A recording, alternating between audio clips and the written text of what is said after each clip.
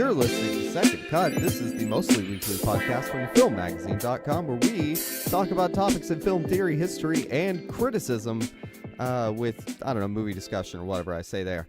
I'm Jacob, and I'm the one who can't even ride a normal bike. I'm Sam. I swear I'm not rearing a weird plant that feeds off human flesh. I'm Kieran. I'm the one looking very ominously at the cracks in my wall. Ooh. If I had ever read a book, Kieran, I would probably think that's a funny joke. Have you not read House of Usher or seen it at all?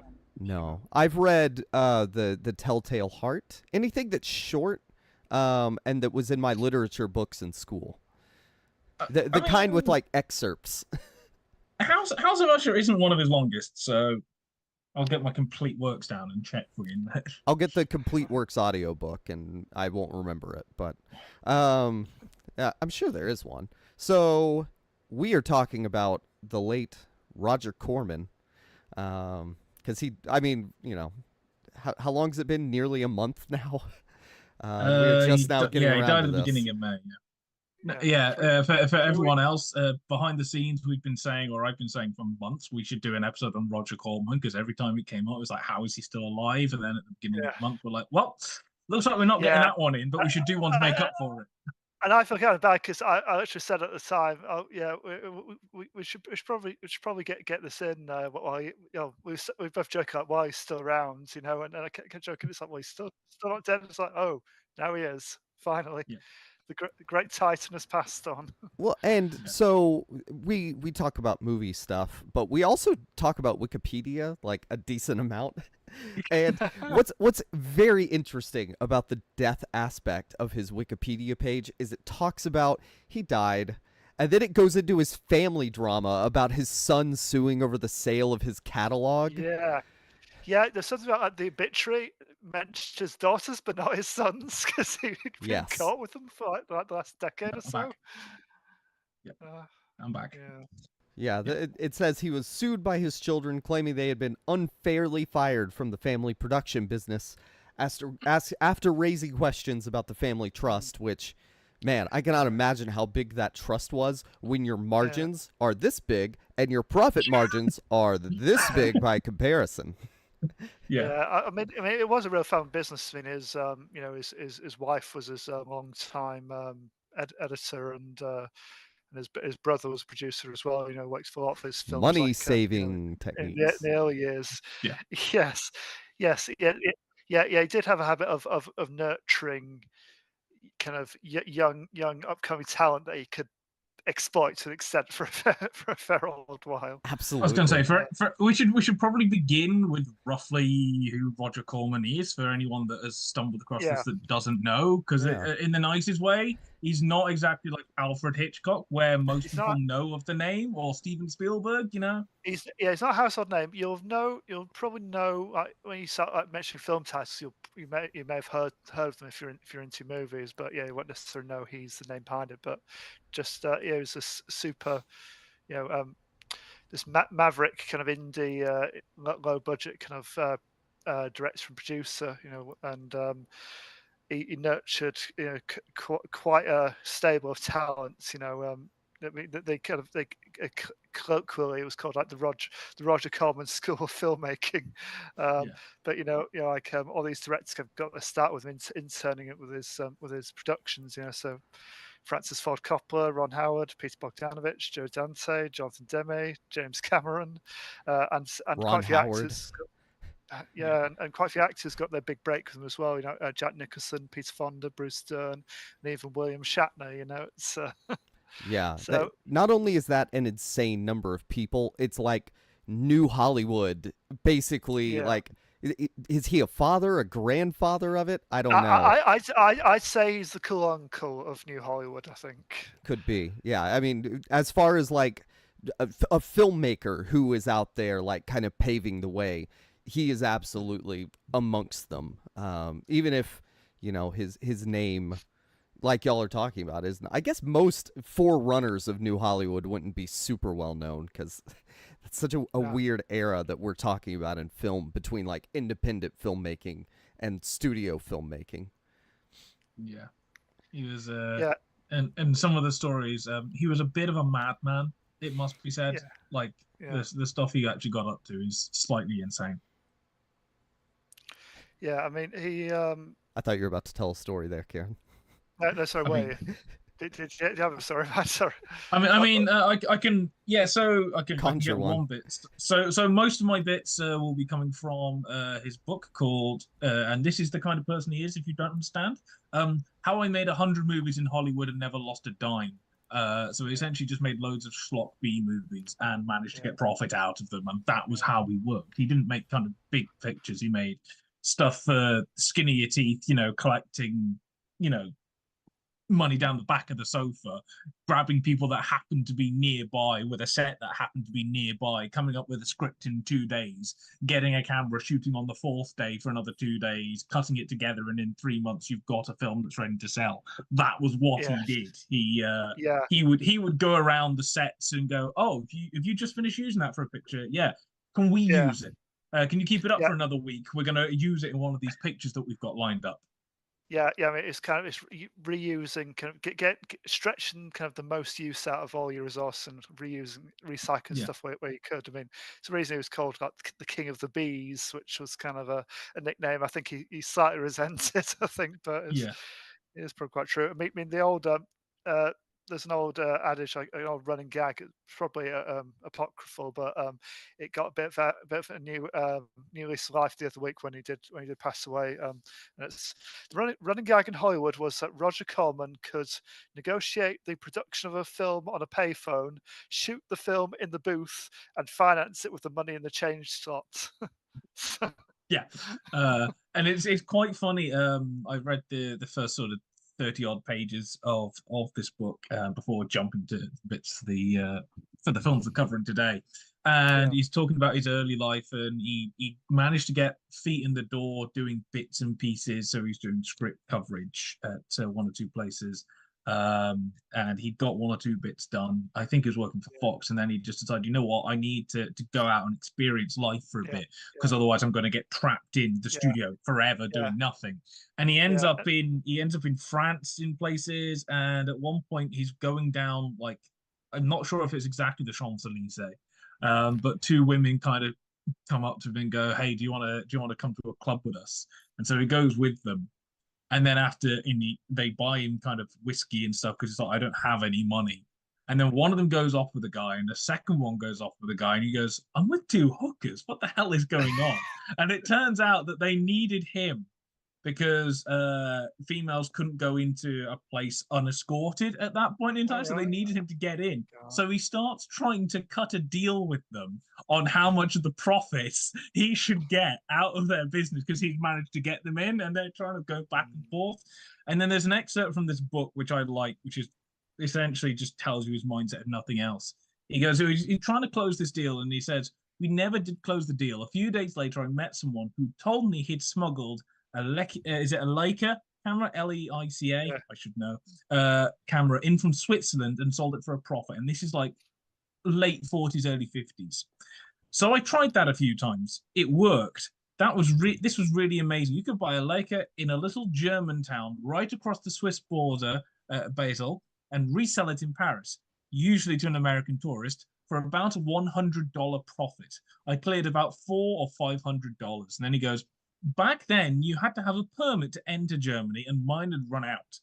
But I'd seen that there was absolutely nothing to crossing the border. I'd park my car in Basel, ride the streetcar to the stop before the border. I'd walk past a few rows of apartments parallel to the border, cut between the buildings, scale a barbed wire fence, get across an open field, and I was in West Germany." Just like that. So he was illegally sneaking over international borders to go and smuggle camera equipment back across to sell off for a profit. And it's like, this is setting him up for what he would do later. Although he admitted later, he goes, in the book, he goes, "I never did break any laws, and I was never out to challenge authority. But if I could find a way to do whatever I could to get something out of it legally, I would do." He was ruthless like that to save any kind of change he could. Yeah, and he was always thinking on his feet, and having to improvise and stuff. Just anything in the service of just getting this film made, without too much instance. I mean, I think he used to say to his assistant directors in his early days, "Your main, I'll do most of the work. Your main job is if you see the cops, you grab the camera and run." I think another fun thing about Roger Corman, I watched his Criterion Closet, and he's a cinephile despite the King of the Bees.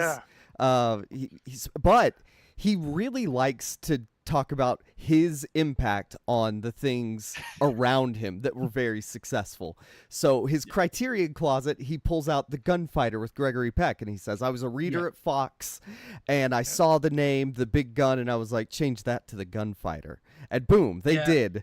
That was one in the book. He again, this is before he goes off to France and Germany to start smuggling and dealing with hookers. He goes, a friend, somebody else in the department had kind of got rid of it, and he dug it out the trash because he'd heard that somebody was looking for a big star kind of Western movie with, I think it was Gregory Peck in it, although I'm not sure if it switched out for Gregory Peck. And he dug it out, rechanged some of the script clearance notes to say how some of the bits that the other guy rejected might actually work, handed it into the guy at the top and goes, thanks, we could probably do something with this. And it came on to be The Gunfighter, which he then goes, and he essentially goes, it pretty much changed how Westerns worked, essentially. And it was all down to me digging it out the trash. Yeah, that's not at all how he presents the story. He was like, I finally got a script that I liked, I think is how he described it. About a year ago or so. I think it was released 7 months ago, so who knows when he actually filmed it. He talked about Target, which is a Peter Bogdanovich film that he produced. And I don't think they actually have that DVD or Blu-ray. No, but that reused footage that was shot from The Terror, which was made because they had Boris Karloff under contract and he owed him a couple more days filming. So. Yep, that's what he talked about with that. He talked about... And Jack Nick said, he says, no one to this day knows exactly what The Terror is about. I have no idea what The Terror is about. I don't think Roger knew what it was about. It was just the trouble was they had something on that set. It was about terror. And I was thinking about this later. They had Boris Karloff at the end of, was it the end of The Raven, I think, for an extra 2 days. And so they managed to go, and they literally, this is what he was doing. He was kind of going, we're going to have him for an extra 2 days. And this is like the week beforehand. So he rang up somebody else and going, can you get me a script where essentially we're going to use about 20 minutes of footage from this. We're going to add some more stuff in, and then we'll kind of make the rest up as we go along, because it's a shame to waste the set. And so they did that, and then weeks later, like, somebody else jumped in and added some more stuff, and then right by the end, they were like, how do we do this? And so he decided, I've had all of my other castles burned down in these movies, so I'm going to flood it with water instead. And it's like Jack Nicholson is on this, and he's going on the last day of shooting. It's like, you've had like 4 different people do this. You've got to let me direct some of it. So Jack Nicholson took over. There were 5 directors on this stuff. God. And there's Roger Corman spraying people with water trying to get the shots in, and Jack Nicholson's behind him wiggling the hose around. It's just like, it was really weird. And apparently there were people like coming down the staircases and walking off. And he goes, Corman wouldn't bother to actually like cut and then, like, even with keeping the camera rolling, getting you straight in, you'd just wait about 5 seconds and the next person would come down for that scene where they'd come down the same staircase, and you just keep it rolling. It's just slightly mad and mental, and they were adding in changes right near the end to make it better.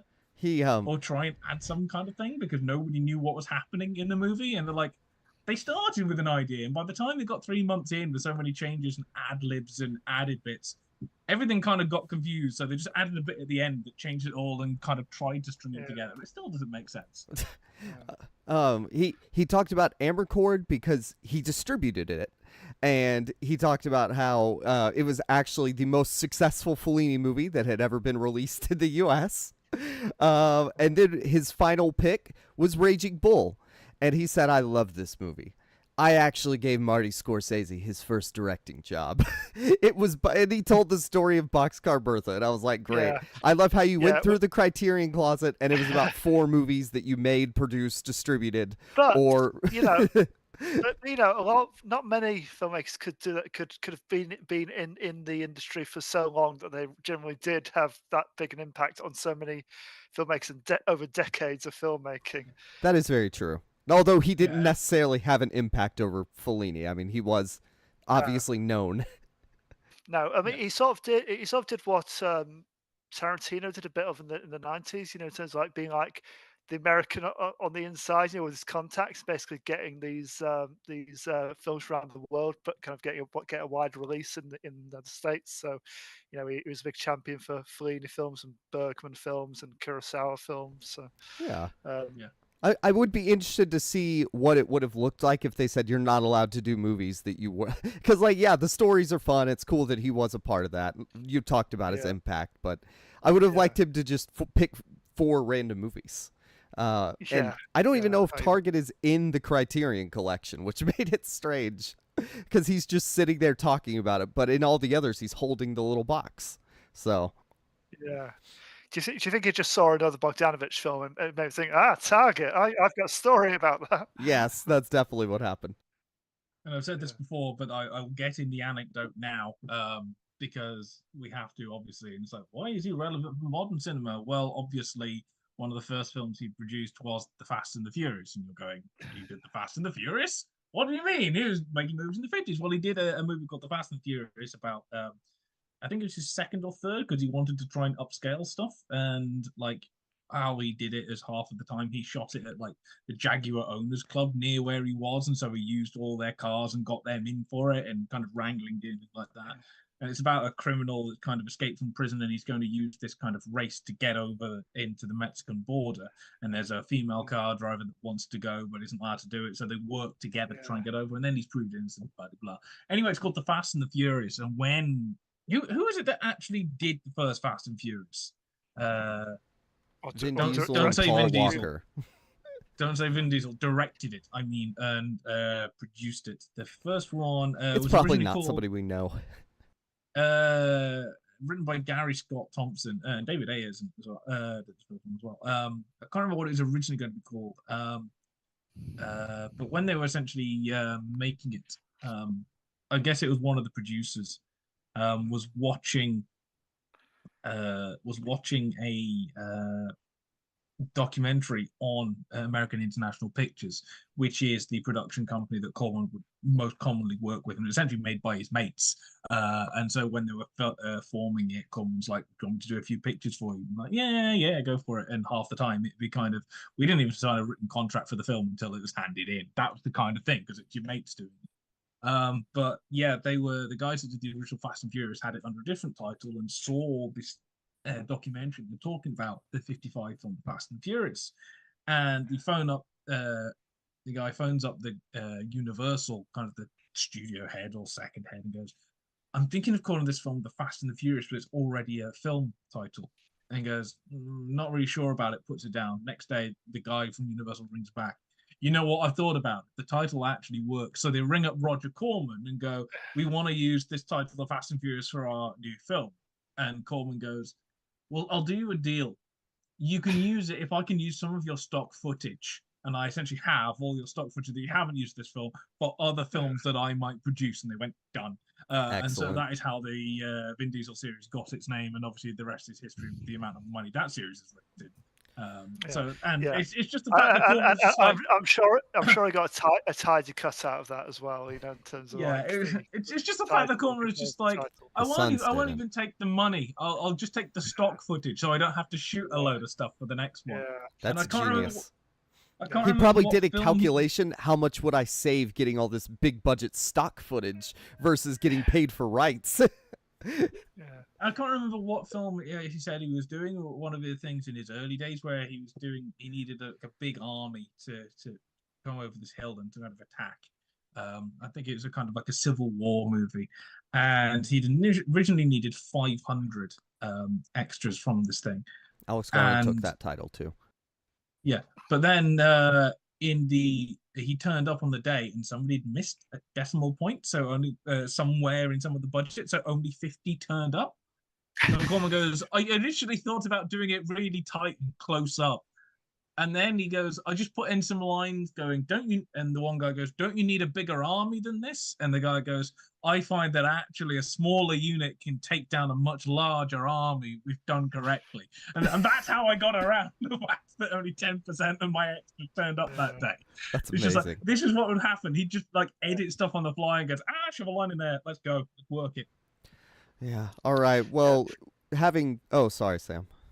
No, I was just going to say he is one of the most kind of prolific kind of filmmakers ever. You know, no question. You know, I mean, just I think directing 55 films over. Hang on, let's have a look. 55 to about 75. Yeah, so over at 55 films over just over 20 years.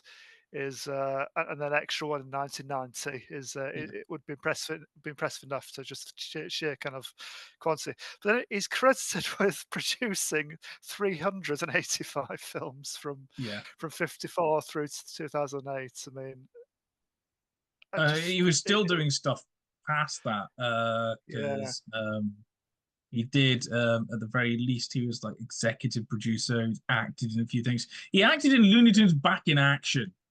He was in Scream 3. Yeah. Well, I mean, the Looney Tunes one is because of Joe Dante. Basically, he did that. All his proteges liked to have him in small appearances. So he's in Looney Tunes. He's in Gremlins. He's in Silence of the Lambs as the head of the FBI. Yeah. And but then, like, even as exec producer, he was executive producer on stuff like Dino Croc versus Super Gator and Piranhaconda, Camel Spiders, Dino Shark. You know, this is the kind of stuff we're talking about. I mean, on the documentary I watched in preparation for this, Coleman's World. You know, it's just like a big career retrospective from about 10 years ago. And a lot of people who work with them talking about their experience. But even on that, I think it was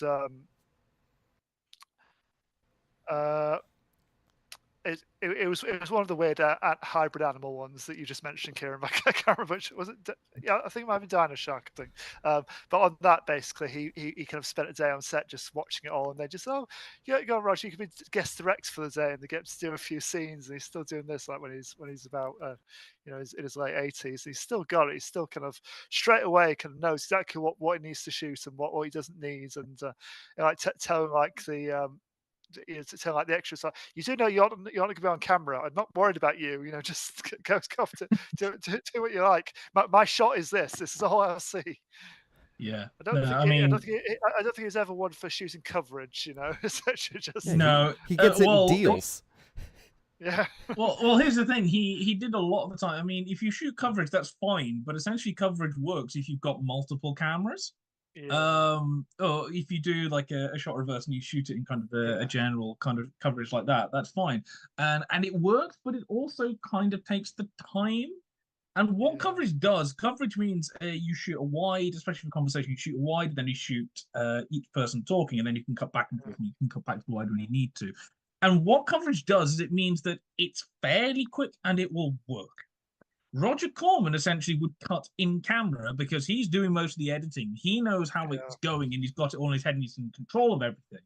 So as long as it cuts in camera, technically it's quicker, but there's just more chance of it going wrong, which is why people will do coverage quite a lot of the time, because it's not like ridiculously slow. It's kind of, at 60% throttle, maybe 70% throttle, and it's got like an 80% chance of it working.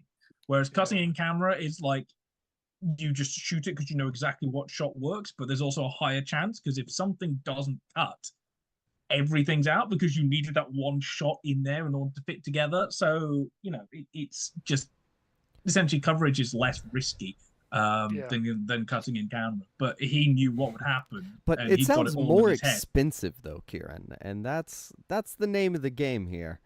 What, coverage or cutting in camera? Not being expensive. Not being expensive, in which case you kind of, again, if you cut in camera, you know exactly what's going to happen, so you know this shot is going to work. And actually, when he's on the Conan O'Brien show, because he directed a cameo with Conan in one of the later, like, Sharkspurs versus Terracuda, I think it was. But he was saying on that, I normally did like 2, 3, maybe 4 takes max. That was it. So if you're shooting in camera, essentially it just means you shoot this shot, then that shot, and that shot, and that's how it's going to come together in the editing suite. For those that don't know, and it theoretically means if you know those are the shots, you only have to do that twice, and then we can move on to the next bit, and you just shoot it all down. You shoot it essentially like the storyboard. Yeah. And it Also, just goes assuming together. you have enough film to shoot it twice. Yeah, which normally Corman would go, this is a waste of film. Yeah. Why do I need Either that 2 or of he them? just I'm only borrows going to use somebody 1. else's film. Yeah, he'd borrow somebody else's film, essentially. Yeah.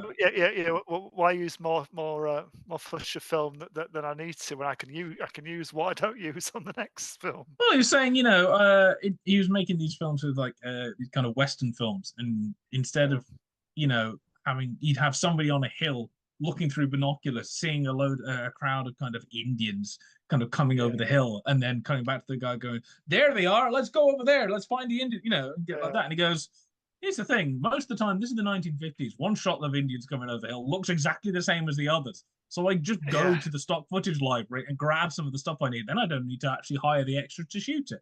And I just have one guy doing that, hold it for a few seconds, bring it down, going, they're over there, let's go get them. And that's all I need. I only need to shoot the once.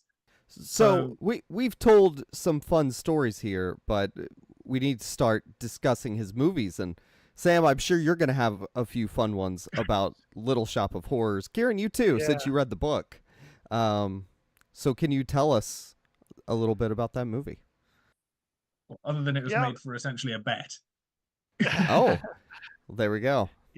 Yeah. I mean, that's one aspect of it. But yeah, Roger Corman, he worked in a. Sorry, I'll just do a quick count up of his films up to this point. So this is 1960, so 9, 12, 15, 18. Yeah, it's about his 20th film by 1960. His first one was directed about 6 years earlier. Yeah. And basically, though he worked in a lot of genres over time, he became most associated, I suppose, with like the sci-fi and the horror genres, really, because, I mean, is that still with budget? You could kind of, I was going to say, can he do those kind of convincingly on the cheap? I mean, I suppose it depends on your attitude and kind of how you mount the spectacle and stuff. I mean, there are lots of rubber monsters and things, in his films, which he's very much a believer of that adage of you hint at it early on, there's going to be a kill early on, and then you gradually reveal more, and then you have the big showdown at the end. Like a standard monster movie. Difference with Little Shop of Horrors, of course, is your monster is a plant based, and it doesn't really move, but it can eat people. I think a lot of people probably know, as opposed to this version, which obviously the first film version, more people know this story from the musical from the 80s. Howard Ashman, one of the main, songwriters of the Disney Renaissance, was obviously a big Corman fan because he ends up doing his Broadway musical based on this relatively obscure kind of low budget kind of horror sci-fi film, but he turned it into like a big hit musical, which was turned into a pretty big kind of cult classic kind of film. Directed by Frank Put it Oz. this way, I remember an ex of mine in high school, and for her A-level drama, like final performance, they were doing Little Shop of Horrors. Yeah. So yeah. that's about 10 years ago now. The musical is full of absolute bangers. I mean, it's a really good musical, really fun film. It's one of these kind of very much roots the kind of music in like the setting, the kind of late 50s, early 60s kind of setting of the original film. But this one, basically, essentially, the setup is so they didn't really have a budget to do like a proper neighborhood in a city, like a dingy. It's got the area the setting's called Skid Row, so it's like it's just this just downtrodden kind of ghetto kind of area essentially. And basically the film opens with basically a matte painting of just a drawing of the neighborhoods, and then it kind of we come to the shop it's set in, and we go inside the drawing, and then we're inside the sets, and the story is mostly confined to two or three main kind of fairly small, not very particularly elaborate sets. But basically we follow it's most set in a flower shop. A clumsy man called Seymour, working in this flower shop, is rearing a strange plant in secret, and unexpectedly becomes a tourist attraction when he brings it in, and it starts to grow absolutely massive. And it's mostly growing because it feeds off human flesh. So he starts feeding it with a few drops of blood from his finger. But his appetites grow, and before you know it, he's kidnapping people to feed to his plants. All the while, if you've seen Hellraiser, this is the original. Yeah, It's not that far off. Or at the cow plant in The Sims. Yeah, I mean it's like it's a fairly dark kind of premise, if we're being honest. But the tone is very much like a spoof kind of, you not take it too serious, I suppose. And the main attraction for it is basically this eccentric cast of characters, coming in and out of the shop. So you have like Seymour's hypochondriac alcoholic mother. You have the guy who comes into the flower shop to eat flowers. He thinks they're all delicious. Puts the It's salt like, and pepper on it. yeah, puts salt and pepper on them. Yeah. The woman who's seemingly lost another relative every time she comes in, and she wants a bit of sympathy and discount flowers, basically. And Jack Nicholson, most famously, in one of his earlier roles. So I think it's his second film with Roger Corman and third film overall, I think. Who plays? There's a scene in a dentist's office where he's basically a sadomasochistic kind of dental patient who just wants to be hurt. More famously, in the musical version, that character is played by Bill Murray, and the dentist is played by Steve Martin.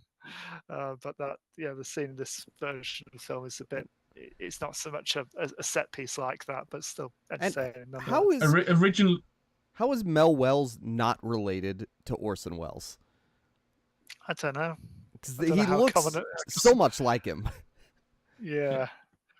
No, on the Jack Nicholson thing, Jack Nicholson in this Corman book says essentially he wasn't the original choice for the part, and essentially Jack Nicholson's like, can I just read for the part? And Corman's like, I can't stop you. And he knew that he needed to do something with it in order to get it. So he goes, I went into the shoot knowing I had to be very quirky because Roger originally hadn't wanted me. In other words, I couldn't play it straight. So I just did a lot of weird shit that I thought would make it funny. Roger shot this stuff in one take, but at more than one angle. In fact, we never did shoot the end of the scene. The movie was pre-lit. You'd go in, plug in the lights, roll and shoot. We did the take outside the office, went into the office, plugged in and rolled. Jonathan Hayes was up on my chest, pulling my teeth out. And in the take, he leaned back and hit the rented dental machinery with the back of his leg, and it started to tip over. Roger didn't even call cut. He leapt onto the set, grabbed the tilting machine, and said, "Next set, that's a wrap." I also found the same quote, and I love that. Again, just Roger, keep an eye on, kind of the important stuff, the expensive equipment he's got on set that he has to give back later. It's like, It reminds me, John Landis, when they were doing American Wealth in London. You'd got all the makeup guys going, here's the thing, all these transformations and stuff back in the day, you'd keep it very much in the shadows and the darks, and then we could see anything.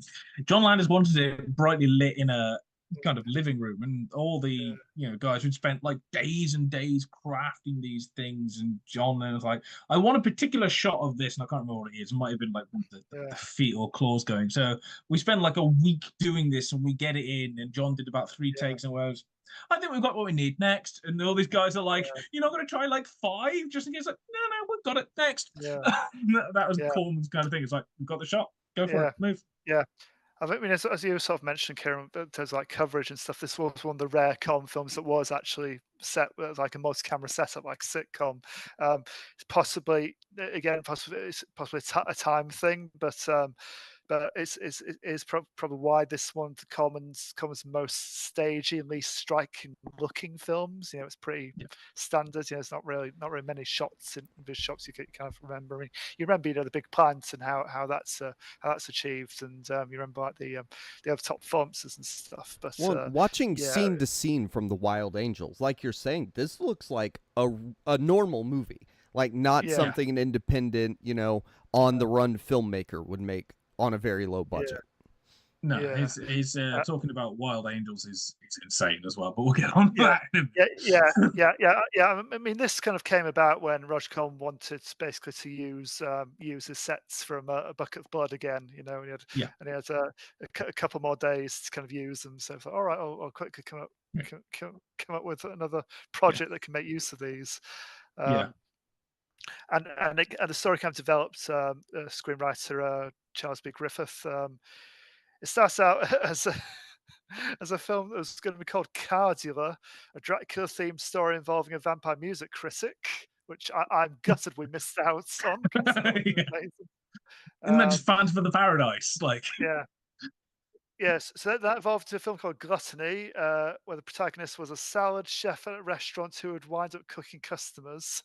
So a bit kind of Sweeney Toddish, I suppose. But they didn't think they could get away with enough at the time, you know, in terms of like, you know, what you can actually show, you know, I mean, there's a fair amount of stuff that clearly does happen in Roger Corman films, but obviously in the 60s ones you just can't show it so much.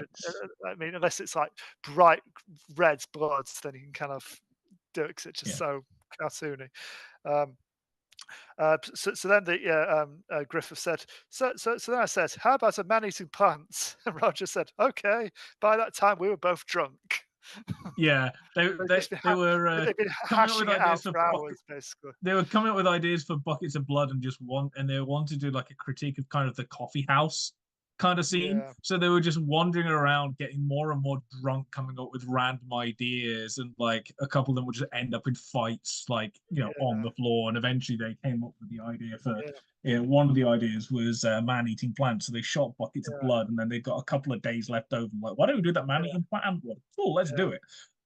Yeah, I mean, the way I'd kind of generally describe it, kind of the most interesting thing about it is probably the tone. It's kind of, I call it like a deadpan spoof, you know, of all kinds of like low budget B movies, even though it itself is another low budget B movie. But it kind of, I think it's very aware of what it is and kind of other things that like it being made at the same time. The actors don't really kind of nod and wink to camera, but they're kind of they're not exactly on the same page, I suppose. Like Jack Nicholson really does make the most of his scene in terms of just playing it for laughs, you know, and just amping everything up. Whereas the others, they're almost like they could be in a completely different film, I think. And basically, it's the main draw. It's like each time, because most confined to a set of like the flower shop, and each time you go in, basically the plant's a bit bigger, and basically they're just swapping it out for a bigger prop each time, or filming it for slightly different angles, you know, to make it loom over you. So that's really all kind of the spectacle you get. You know, I mean, people, you know, kind of gets consumed by it, but they're basically just climbing inside this plant bottle. And it kind of one of the weirder aspects of it is that there is two cop characters. So basically, it opens up with like them kind of do like a narration, kind of setting up like their case, and kind of. But basically, it is a spoof of shows like Dragnet, which were really popular at the time. Again, like very kind of wise guy sort of talking, you know, very kind of fast paced, kind of back and forth and stuff. But then there's like a scene later on, like after people have been eaten by the plant, and they kind of cuts back to like the cop's office, which is very obviously just like an office at the studio or something. They've just put like a police sign on the door. But they come in like these two. This cop asks his partner, "Hey, how's the kids? Lost one yesterday. How'd that happen? Playing with matches. Well, them's the breaks." It's just like really like throwaway gags like that, which are kind of just so bizarre and kind of it almost takes a couple seconds to catch up. It's like, wait, that was really funny, but they're not even lingering on. They're just moving on. You know, it's amazing how short this movie is as well. It's like 70 minutes. Yes, yeah, and it's because Corman didn't really bother with copyrights on it because he didn't have faith in it. Basically, it ends up on YouTube and like various kind of poor quality kind of transfers because it's just out there. I mean, I watched a strange We're sort of changing this semi-colorized. podcast name to Little Shop of Horrors.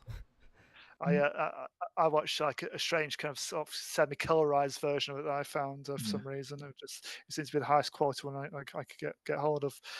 I mean, apparently he again, Roger Corman, like counting every penny. It's he um, he basically tries to get this out like in the get this filmed in the last few weeks of 1959 because on January 1st, 1960, new rules were coming into effect, requiring producers to pay actors residuals.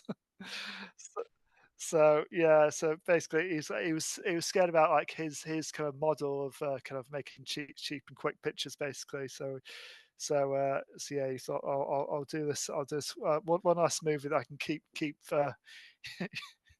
all the money myself, basically.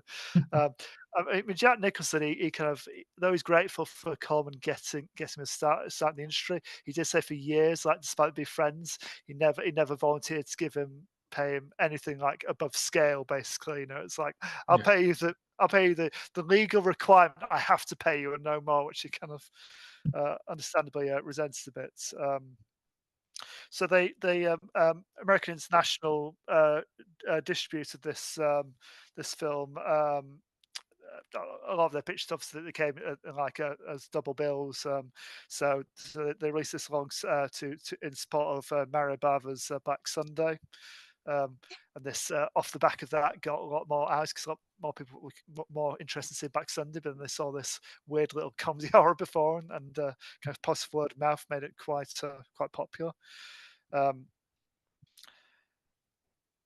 I mean, obviously, enough people must have seen it kind of in their youth, you know, because it did receive, you know, kind of develop quite a cult fan base over the years, you know, to the extent that, you know, obviously the musical came about and that in itself, you know, became a cult classic, but on like a different scale. That and just random people going, "Feed me" is just Yes. still a thing. Yeah. Yeah. We haven't really mentioned the plant talks, have we? So, No. so Seymour's not just saying, "Oh, your plant needs feeding." It's like the plant literally invades his mind and hypnotizes him, and forces him to go out. Yeah, And, there's a bit where he to gets the street. possessed by the plant to go Yeah, out, and yeah, he yeah, tries to pick up a hooker to bring her back. And yeah. This sex worker, keeps trying to come on to her, and kind of she's just strangely intrigued by him because he's acting strangely around her, but she can't work out whether are you propositioning me or are you just being weird. And then eventually she thinks she's got him on side. And so all right, your place or mine, and yes, he ends up knocking her out and taking her home, but. I mean, the main this robber at the end breaks into the flower shop and like takes the owner hostage, but the owner kind of convinces him that he's hidden all of his money in the bottom of the plant. So the robber goes in looking for it. So silly stuff like that, you know. I mean, I'd say it's not his best, but I kind of I do kind of like it for its odd kind of charms, you know. It's like I said, I think all the cast are committed and memorable in their kind of performances, and it's very obviously a low budget film, but I think they do make most of the budget they do have, you know. yeah, it is ridiculously low budget. And just again to quote from the smaller paragraph from this book, he goes, "If Bucket and Little Shop, two of the cheapest films I ever directed myself, looked like they were made on a bet, they pretty much were." In the middle of '59, when AIP wanted me to make a horror film but only had $50,000 available, I felt it's time to do a risk and do something fairly outrageous. I shot Bucket on only a few sets in 5 days. When the film worked well, I did Little Shop in 2 days on a leftover set just to beat my speed record. I wonder if he were still alive in like 10 years, if he would have changed AIP to AI Productions and just started churning out, you know, whatever AI is, automatically, whatever. Artificial intelligence. There we go. Yeah, I mean, he very much prided himself on most of the vast majority of his films always kind of turning a profit, and he was careful, not to waste anything, I suppose, and as we've already said, kind of reusing stuff where we can, and having this kind of this obvious repertory of kind of actors and crew, kind of stuck with them for years and years. I mean, this documentary, a couple of things that kind of highlighted. Gail Ann Hurd, obviously went on to co-create Terminator with James Cameron and produce his films. She one of her first few roles were as script editors on Colin films, and she essentially suggests that the tentpole films now. I mean, this was. She was talking that this was about 10 years ago. She said the tentpoles now are the films that could have been done by Roger Corman on a much smaller budget.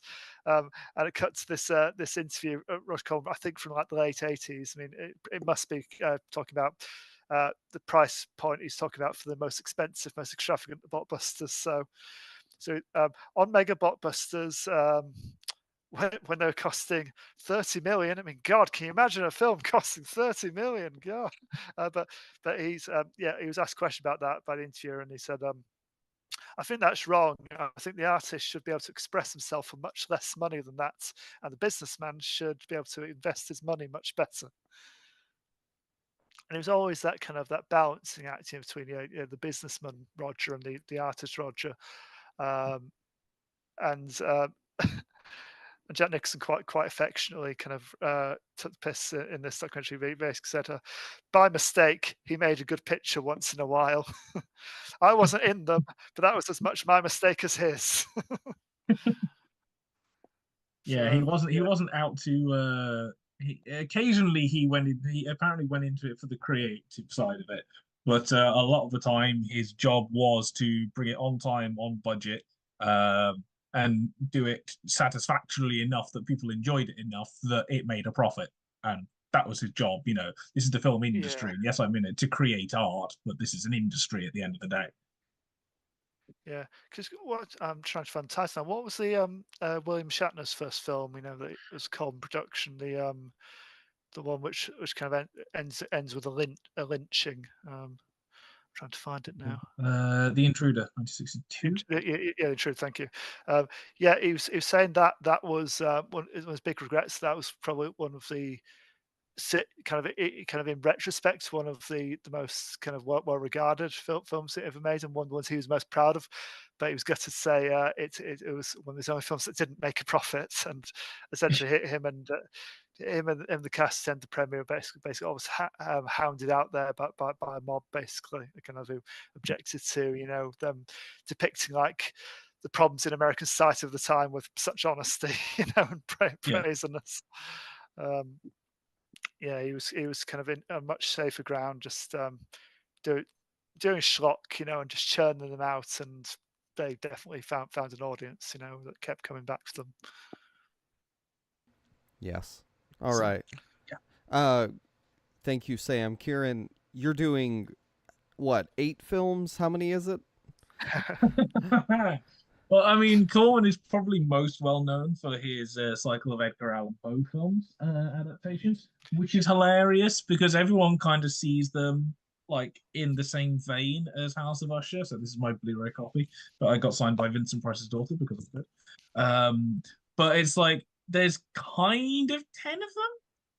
And then it's like, well, they're not all the same because Tales of Terror is 3 of them. Yeah, one of them doesn't have Vincent Price in. One of them is actually based on Poe. One of them's not directed by Corman. Yeah, I was going to say essentially most of them they've kind of taken the title and they've maybe drop in a few lines from Poe here and there to justify it. But I mean, most egregious is the Haunted Palace, isn't it? Because that is very clearly a Lovecraft story. Yeah, it's based on Charles Dixon Ward by H.P. Lovecraft, and they said it was based on Charles Dixon Ward. They're not trying to hide this; it's in the thing. But it's hilarious.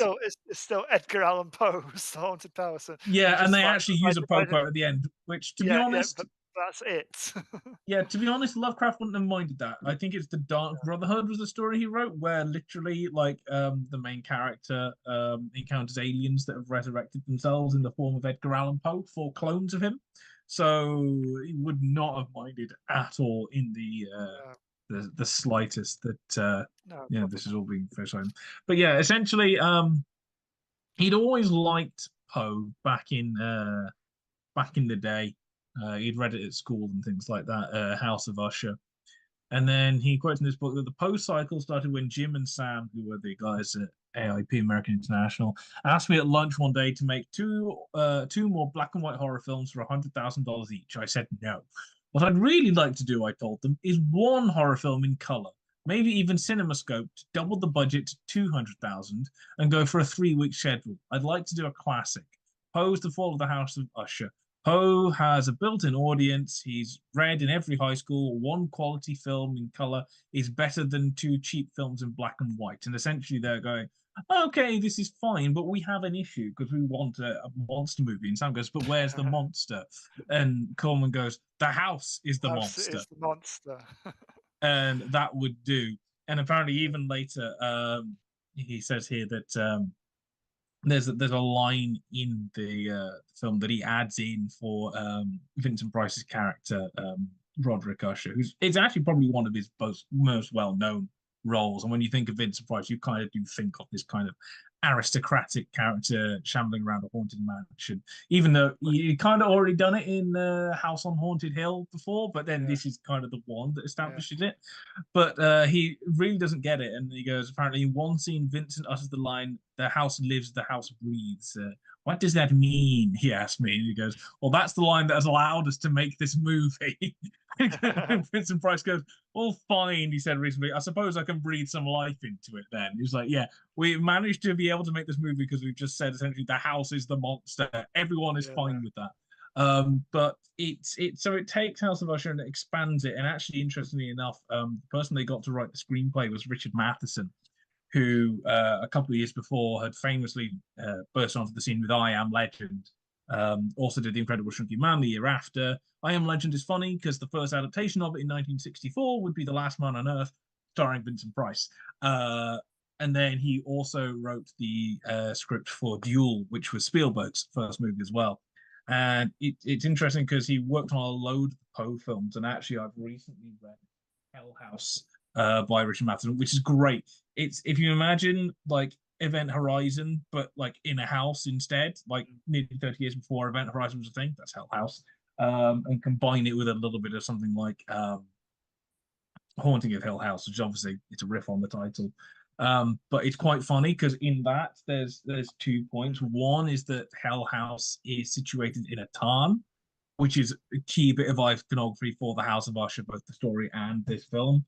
And in the original story, there's a description of Hill House having like vacant eye-like windows. And in Hell House, very specifically, the windows have been bricked up to keep everyone in. So there's very much a play for Matheson's later stuff and the stuff he did on Corman's Poe films. But I think with House of Usher, anyone doesn't know, somebody turns up at a house to see girlfriend that's kind of betrothed at the time, and Roderick Usher is there, and it's his mansion, his house, just outside Boston.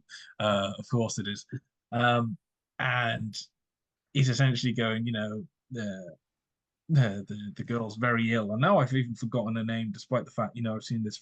Madeline is very ill, and Roderick Usher is very sensitive to everything, so he can only eat soft food. You can only wear delicate clothing. Everything has to be quiet. Every sound is exquisite agony. And essentially, Madeline's health gets worse and worse and worse, and she eventually passes away. And so they bury her in the family crypt. It's all gothic, and the house is kind of crumbling around them. And essentially, Roderick has not allowed Madeline and the guy who arrives to marry, because there's been a trait of like madness and evil in the family, and we won't breed again, so that evil can be contained. All the while the house is crumbling around and there's ghosts and stuff there, and it eventually turns out that they think they may have accidentally buried Madeline alive, which is quite funny because getting buried alive is something that occurs in a lot of Poe stories and a lot of Poe films. But what's really great about this, not just Vincent Price in it, but what this kind of thing is known for is the color and the cinematography. It's big and lavish in the color, and they throw every single color they can at it. There's these big reds and blues and greens and psychedelic kind of weird stuff happening, and it's glorious in its color. In comparison, it almost makes like the Hammer films look dull by comparison. It's like another level of kind of desaturation, isn't it? So yeah, they kind of took kind of the gothic stuff and went, but let's like do it like an acid trip, kind of just color everywhere, which is quite funny, obviously, with Wild Angels coming up. But then they do stuff, and again, you see like the Corman stuff coming in, because apparently American International Pictures were very worried about the $30,000, $40,000 price tag that Vincent Price would have, which is the most they paid for an actor ever. It was their most expensive film, and they were very worried about this price tag. Oh my god! And then the Vincent Price tag. Apparently, the Vincent Price tag. Well done.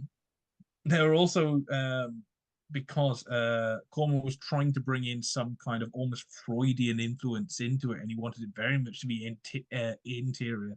So he didn't allow any shots pretty much outside this castle. Everything has to be inside, so you're kind of trapped in it. Because if you see normality on the outside, that all kind of go against it. And then, like a day or two before finishing off the film, he was driving back and he saw that there were forest fires out near LA, and homes being destroyed in the lot, and they were just putting it out. And he turns around in the car and goes, "Get everyone out there. We're getting out there tomorrow with a few smoke machines." And so they get out there where they just finished up putting out this forest fire, and there's like no vegetation, and anything that is kind of black and charred and everything like that. And they just put some more smoke in it and went, "Ride a horse through it. There we go." And this is the opening for our film.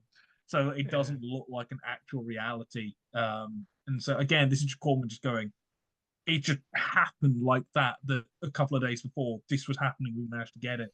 And then the house burns down at the end, and how they did that is they set a house on fire. Well, somebody was actually demolishing a barn, and they turned up, and Corman turned up and went, "Instead of demolishing it, hold off for a couple of days. We'll turn up, we'll pay you $100, and we'll burn it down for you, and we'll put some cameras on it."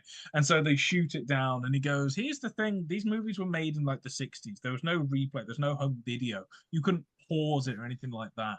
These films are going to be seen years apart."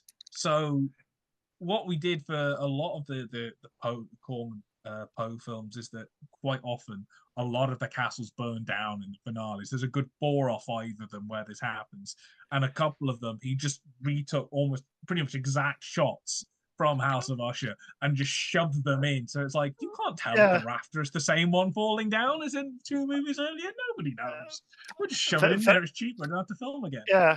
Very much the same for a lot of Hammer films, isn't it? I mean, I do. Yeah. I haven't been able to find any readings on this, but I'm convinced Coleman must have been a fan of Hammer as well, because obviously they were doing their things a few years before he was doing his Poe Cycle. I feel as if I've heard half of these stories about Hammer already. That when Kieran was talking about making cheap movies and flooding, I was like, this is a Hammer story. What? You're recycling. There were the same kind of ilk, although Hammer was kind of a company that had the whole ethos. Corman was a one-man band doing it, and they would do the same stuff.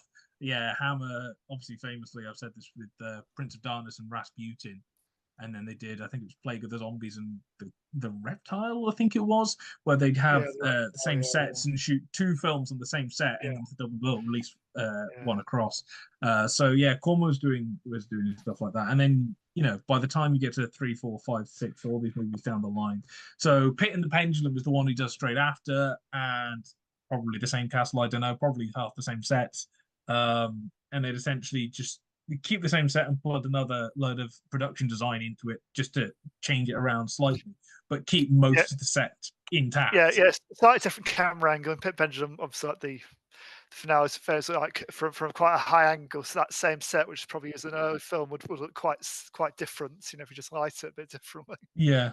So and he was doing all this stuff, but then he was changing it up because after the second one, they couldn't use Vincent Price because American International kind of worked out that Vincent Price was a star, so they booked him into a deal, and essentially over money, Corman decided to shoot what would be the premature burial not with AIP, so he couldn't use Vincent Price, so he got Ray Milland, who's if all I know him from Violent for Murder, if nothing else. And later in the decade, they would recollaborate again on X, Man with the X-Ray Eyes. So. Yeah, so for that, hilariously enough, he managed to get funding from Pathé in order to make it, and then AIP had kind of worked this out and bought that section of Pathé the day before they were going to shoot. So his old mates turned up on the doorstep the first day and went, "Congratulations on working with American International Pictures again." Even though it wasn't meant to be, it was with somebody else. They just bought the other studios and bought it over him. But then by the end of that one, they go, "We've kind of done the more serious stuff, and it's kind of staling a bit," which is why Tale of Terror is kind of a 3-part anthology. All Vincent Price in, based off several Poe stories, and in fact, actually, the middle one, the Black Cat, is a combination of the Black Cat and the Cask of Amontillado. Then the Raven goes full on comedy, and you go, "Here's what we're going to do." I mean, the cast now is ridiculous. We'll put Vincent Price, Jack Nicholson, Peter Lorre, and Boris Karloff in a comedy horror film. Where there's vegan battles right at the end. And if you ever want to see Jack Nicholson prancing around in tights, that's the film for you. and then Vincent Price have a kind of wizard magician battle off with Boris Karloff in a crane and laser kind of. I honestly, no joke. So this is my favorite of the Poe Cycle, because I think they work better as comedies anyway. But this, for me, top 5 wizards duels on film easily. Beat Star Wars hands down. Yeah, it's like you have this, you have Dumbledore and Voldemort in Order of the Phoenix. You have the Asmodeus one, from Sword and the Stone. Merlin, Maz and Wim, the shape shifting one, But this is such a fun scene. And it's a good excuse because Karloff wasn't very mobile by this point. It was his last declining health his last few years. So a good excuse to have him sit down for most of it, to have him just sitting in a throne and have it float around the room rather than having to be particularly kind of dynamic.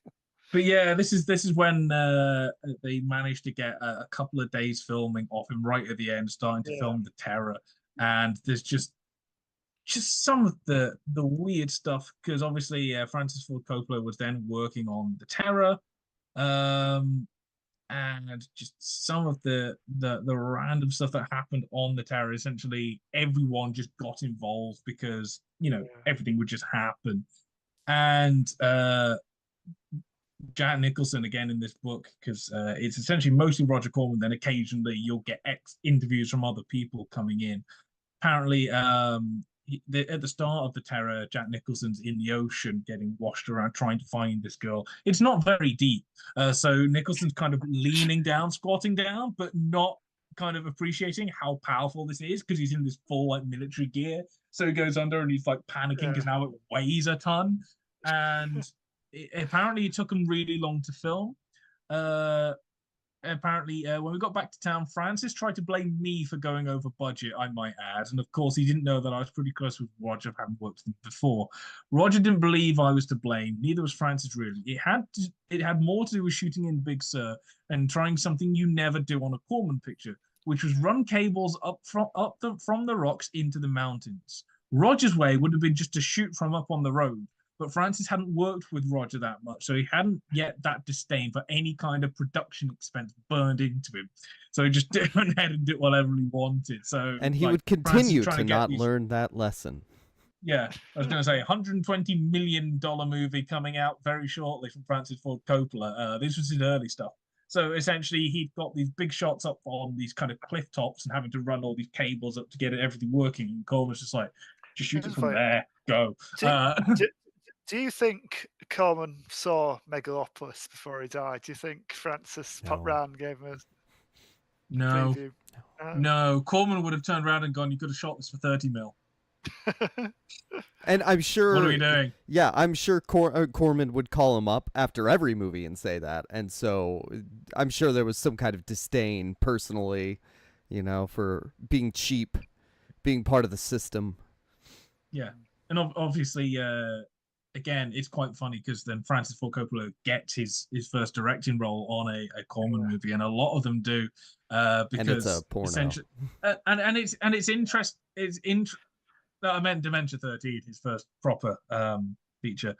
He had shot some adult stuff before. Yeah, not the soft cost stuff. No. Yeah, but it's amazing. And I think what makes the Corman School, before I move on, probably talk a little bit about the last one's interesting. The Corman School in general is that a lot of these people that would then be directors in the Corman School, you essentially did everything. So Coppola had done lighting, he'd cut trailers, Joe Dante had cut trailers, he'd done the dubbing and rewriting of some like Soviet films before he then goes on to do like a little bit of acting and then going on to like DP and stuff like that. And this is all in about a 6-month period. It's not like some people that go, I'm going to direct, and if they don't direct, they do nothing else. You just got stuck in. It's like, oh, we'll pay you on the next one. You want to do lighting. Can you do lighting for me? Yeah, I'll do it. And that's just how it works. You just did whatever job was going. And I think that actually makes some of those directors interesting, that they kind of know roughly all of the stuff that's going on. So they're very versatile. And when you then go to make your own movies, you have to be versatile, because you're then kind of being the driver, the grip, and the producer and the director all at once, because nobody else is there. Yeah, because part of the thing with the film brats was that they went to school for it, but Kieran, you went through a production program. Like, it's the practical experience that really pushes you and improves you. Yeah, I mean, there was a quote to that effect from a documentary I saw, basically say, that it's kind of comparing the generations, like people going to school to become filmmakers now, whereas back then you learned on the job, you learned by doing, and by making mistakes, by failing essentially, and you did better next time, And actually, if I could go back to university and do all that over again, one of the things I would do not is do it during COVID. Well, I mean, even in my undergrad stuff, one of the things I do, and yes, it was tricky because I was creative writing as well, but one of the things I would go back and do is get people together and go, sod this, let's write a script for a short film, book out equipment, and just shoot. And I would do that far more than I actually did. Just so that occasionally you'd get something half decent and just start entering it, because and if anyone's listening that's going, in the future that's going to go into film school and stuff like that, just shoot. Just doesn't have to be amazing, just shoot the stuff so that eventually you get, if it's 1 or 2 short films outside of it a year that you enter and it gets into one student festival, just do it, get the stuff shot rather than anything else, because that's what they want. They don't want the degrees, they want the practical experience, that you can do everything, that you can go, I can do a lighting on that one this week because somebody wants a lighting guy, and in 3 weeks time I can do a runner on that film, I can do grip on that film, and just that's what you need, rather than me stuck here talking about stuff. And I think if nothing else, the Corman kind of Poe films show all the people behind the scenes just getting involved, just doing random stuff, and Corman getting very annoyed when it takes somebody a day and a half to shoot some B-roll footage that he wanted shot in half a day, which is really very much a thing. But then it would go on. So by the end of the cycle, kind of Corman's not really that much involved in it. So the last one, The Oblong Box, is not even directed by Corman. I think he might have been a producer somewhere, or it's just still an AIP with Vincent Price, but it's not him directing and stuff like that. And that's when they're kind of running it down. And also they managed to get Vincent Price back on that, because originally it was going to be done with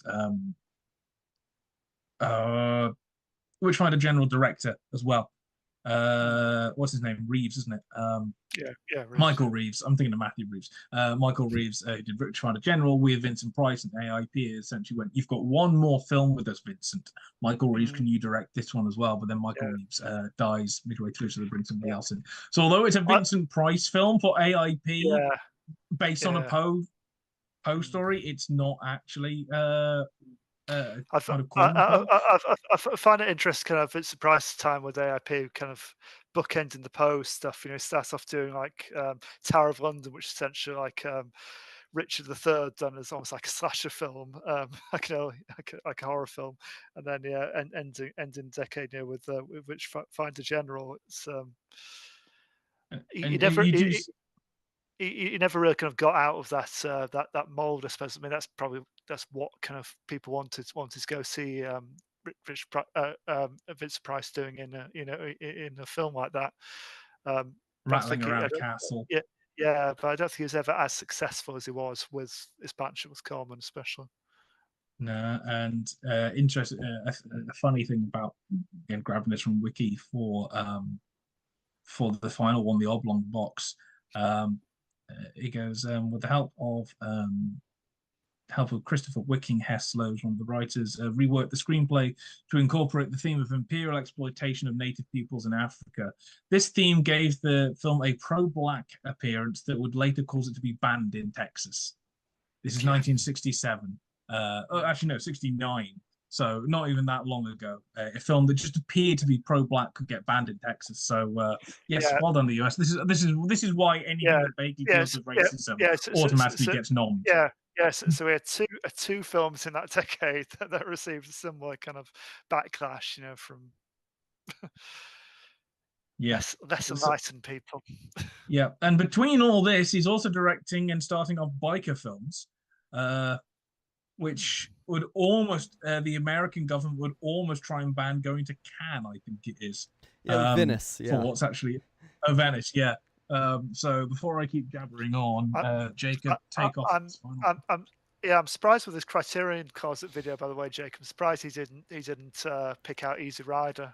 Well, he wasn't a part of that. Targets, which is in there. I checked. But no, he wasn't part of it. But he pressed that if your film hadn't made the biggest splash, it wouldn't have happened.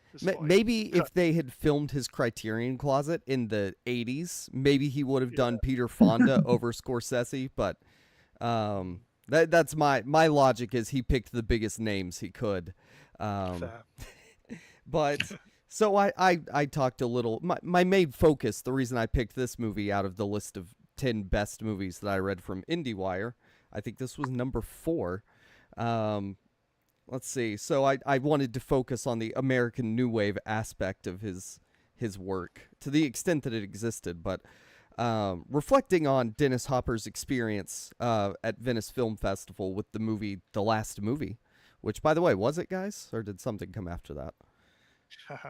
I'm going to assume something came after that. Nicholson was seeing Michelle Phillips, who was also disillusioned.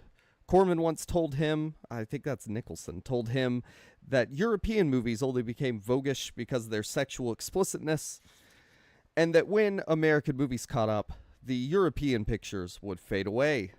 And, when we're talking about the New Wave, I think Corman was a little bit correct there. Because when we think about the, American New Hollywood versus, the French New Wave, the Czech New Wave, name a movie from the American New Wave, name a movie from any of the other ones, it's going to take you way much longer than thinking about The Godfather, which wouldn't exist without Roger Corman, in a sense. Yeah.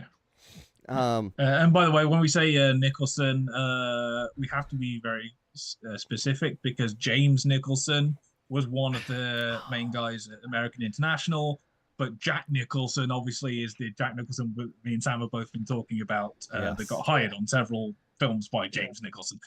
So there we go. So easy confusion there. Yeah, if you ever study the American New Wave or New Hollywood, whatever you want to call it, at some point you're going to read or learn about Easy Rider. This book, Easy Riders and Raging Bulls. I mean, that kind of encapsulates Easy Rider as this very important film in American cinema, transforming what was and wasn't allowed, how movies were made in America, because obviously, Godard and people before him were doing weird stuff over in Europe, which that's where all the weird stuff originates, I'm pretty sure. But, gosh, yeah, so before there was Easy Rider, which stars a guy named Peter Fonda. Maybe you've heard of him, or at least his dad. He was in another biker movie directed by Roger Corman, who apparently is Who's this Roger Corman guy? Well, loop back to the beginning of the episode. We're going to make this episode just continuing loop on itself. You can never leave it.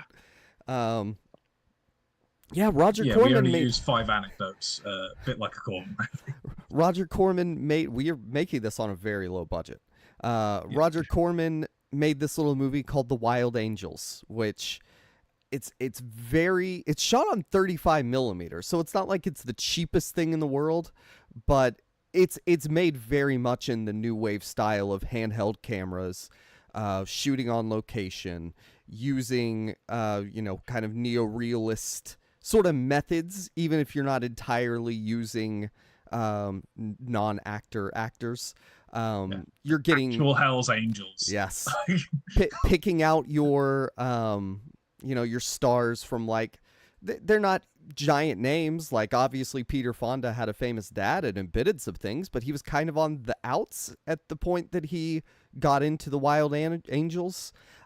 He had Nancy Sinatra in it, and Frank Sinatra did not want her to do it, so they said, "Oh yeah, we'll have security," and then they didn't. And then he got Bruce Dern, and he got what is her name? I'm gonna forget because I already did. Laura Dern's mom, Diane Ladd.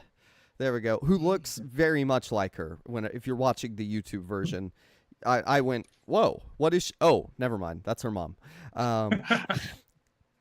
Fun note in the Wikipedia article, she was conceived during the making of this movie. That is probably not the weirdest thing that happened during this movie. So probably not. Really wasn't. Yeah. Well, and I hope you have some fun Hell's Angels stories from this, but because there's not a ton of fun story around it, like, publicly available, and this movie obviously, or book, doesn't focus on it because it's about Easy Rider and Scorsese and all them. It's not about Roger Corman. He's just an ancillary figure. But that's what's so interesting to me is he made a movie that basically was copied to make, not copied, but Peter Fonda was like signing an autograph from this movie, and he was like, oh, there's my idea for Easy Rider. I'm going to go make one of the best movies of the late 60s and win or be nominated for an Oscar for it. I can't remember which one. But so The Wild Angels is a very gritty look at American biker culture in the 1960s. It's very much a part of the counterculture that's happening. It's made in 1966, so it's still in its very kind of early stages. I couldn't find an exact date for when counterculture of the 60s started, but around 63. So, we're just a couple years after. We're a couple years after civil rights were enacted for non-white people, or at least black people. I don't know I actually don't know. You basically, you could not be discriminated against for your race in terms of voting. So I mean, all that's going on in the 60s. They reference Vietnam in the movie. I didn't know exactly what year it started, but it made me wonder if there was also some kind of imperialist, anti-military sort of thing going on with the Nazi symbolism in the movie.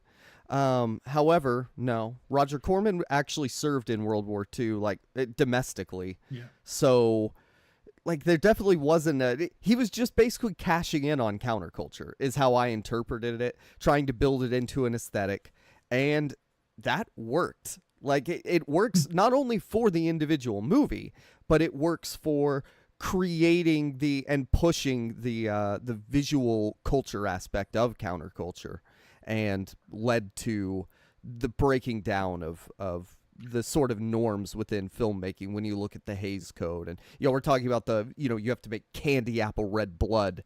After these movies of the mid to late 60s, you didn't anymore, because that stuff, people realize they can't really enforce that, especially on independent filmmakers. Yeah, so The Wild Angels follows Blues, which I kept hearing Bruce instead of Blues, but it follows him, played by Peter Fonda, and his girlfriend Mike, who's Nancy Sinatra. very done up. You know, you could tell that they're trying to do the Nancy Sinatra is a very, you know, alluring, attractive woman to sell the movie. And then Bruce Dern plays Loser, which great name. And Diane Ladd is Geish, which is an even better name. And like the way they introduce it, like they don't tell stories or anything. It follows that. We're going to keep it kind of neo-realist. We're just going to call you Mike, and we're not going to explain why your name's Mike. Don't worry about that. That's not important. Because what is important is shots of people on motorcycles. There's a lot of them. There's actually some good ones, but there's also some bad ones. There's one 3-shot where, a lot like me here, there's somebody whose face is just covered by a handlebar for the entire scene. And then you can see the people on either side of him. Occasionally he'll go, ooh, out from behind there. So that's exciting. But then you have really good shots of, like, they're riding on their motorcycles. They're right on the edge of the road in the wilderness that could be interpreted as a symbol for the way that bikers ride the line of society and wilderness. You know, this is, I think Peter Fonda said, this is the new Western. You know, people roaming the wilderness on their bikes, which I personally don't get. Maybe I had to be around in the 60s to really care about motorcycles. But for me, they're unsafe. There's something that, like, that uncle who is the black sheep of the family owns a motorcycle. Or the cool uncle is what you mean.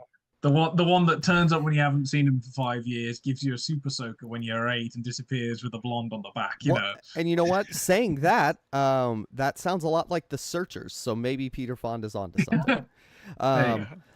Yeah, so he, you know, I don't know what Corman was like in the 60s. I mean, he was what, in his 30s at that point? Yeah, 30s going into 40s. Yeah, so he was probably not the most hip guy in the world. No, I've seen some takes on this, and basically he was the least hip in terms of his views. He was quite down with the kids, you know. Sure, he was fairly, but Sam and kind of, but to look at him with his shirts and his shirts and his cardigans, you know, it's you wouldn't guess it. But and you say about him being hip again from this one book again, which is from Corman, so I'm going to take it as his word. Biased. You know, this is him talking. Essentially, in order to get them on board, and they need to do bits of research beforehand for what to put in the film, they found a group of the Hells Angels, and he goes, we started drinking with them, and he goes, I'll pay for the bikes and everyone that comes in. And goes, I offered to buy them booze and marijuana if necessary so we could hang out and hear their stories. Pretty soon we were drifting into an angels party in a rough section of Venice. I drank beer, smoked grass, mingled and listened.